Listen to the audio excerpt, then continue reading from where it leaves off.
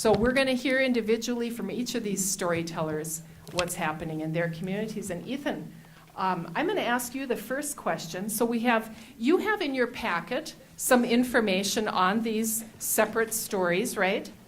And so the questions we're going to ask today, the first one is, what was or is the impact of your collaborative project on your community or region? Did you say we just had an hour? Was that as long as Sorry about that. Red Wing Forward, as you and Valerie mentioned earlier, is so brand new. Our impact, really what we can say is that we exist. We found interested partners what's so interesting, as Valerie mentioned too, is it's an economic development training that we're supposed to be working on.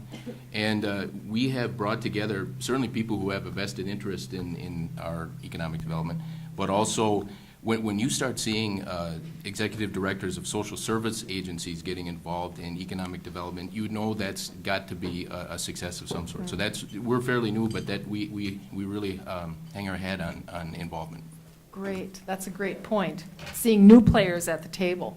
So the second question is, what are some of the biggest challenges you faced in collaborating on this project? I'm glad in a segue on mistakes, you've come to me. We had, through the ACE training process, we heard over and over again as we were asking community development questions, we heard over and over that community branding, that brand for Red Wing was what was necessary. And that's been a theme that's been carried for well over a decade now. So we as a group said, hey, we'll do that. And as a matter of fact, it's one of the strategic planning points for our city and in the city council. The response from what I guess would call vested interest in the community, those folks who make up tourists and business interests and all these different, the kinds of groups we tried to reach out to and whose members were actually sitting on our Red Wing Forward group, their response was, what gives you the right? Which is, really the biggest hurdle. We have some definite, strong silos in our community. And as a matter of fact, during ACE, we sat down with the community of Marshall, Minnesota, and told them about what our economic development team looked like, our Visitors and Convention Bureau, the Chamber, and how they interact or don't. And they were shocked, Marshall was. He said, we got rid of that model in the late 1970s. We hold on to it dearly. And so that's really our biggest challenge so far has been what can grassroots interests do against vested interests who wonder what we're up to. What is the best advice you can give to others regarding collaborative projects?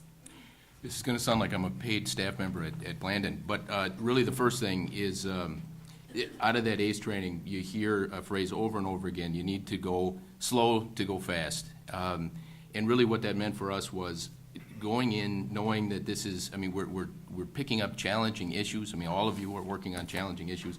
And the idea that Tuesday and next week this is going to be fixed is something that you need to address early, that it's not going to be Tuesday and next week.